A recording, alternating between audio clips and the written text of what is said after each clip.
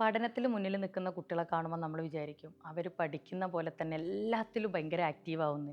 പക്ഷേ ഈ പഠിക്കുന്ന കുട്ടികൾ സത്യത്തിൽ അവർ ആ പഠനത്തിലായിരിക്കും അധികം ഫോക്കസ് ചെയ്യുക. അവർക്ക് അങ്ങനെ വല്ലാത്ത കമ്മിറ്റ്മെൻറ്റ് അത്ര തന്നെ വരണമെന്നില്ല. അതേപോലെ തന്നെ ആ ക്ലാസ്സിൽ അല്പം നല്ല വികൃതിയുള്ള സ്കൂളിൽ തന്നെ ഏറ്റവും വികൃതിയുള്ള കുട്ടികൾ നമുക്ക് ശ്രദ്ധിച്ച് നോക്കിയാൽ കാണാം.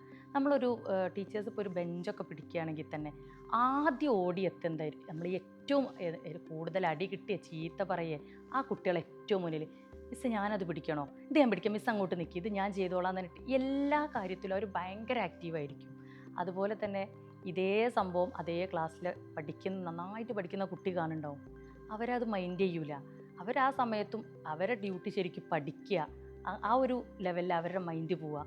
പക്ഷേ ഈ കുട്ടി നമ്മളങ്ങനെ ഏറ്റവും കൂടുതൽ അടി കിട്ടിയ കുട്ടിയായിരിക്കും നമ്മളെടുത്ത് എപ്പോഴും ഇത്തരത്തിലുള്ള എന്ത് ആക്ടിവിറ്റീസ് ആണെങ്കിലും. അപ്പോൾ പുറത്ത് ഇനിയിപ്പോൾ എന്തെങ്കിലും ഒരു പ്രോഗ്രാം നടക്കുകയാണെങ്കിലും ഇവർ മണ്ണും ചളിയും പിന്നെ ചകിരിയും വിറകോ എന്തെടുക്കാൻ ഇവർ റെഡിയായിരിക്കും.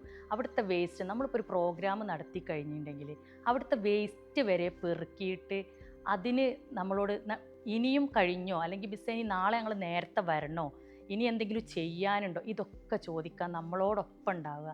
എപ്പോഴും നമ്മൾ ഏറ്റവും കൂടുതൽ ചീത്ത പറയുക, അല്ലെങ്കിൽ സ്കൂളിൽ ഏറ്റവും വികൃതിക്ക് അടി കിട്ടിയ ഈ കുറച്ച് കുട്ടികളുണ്ടാവും.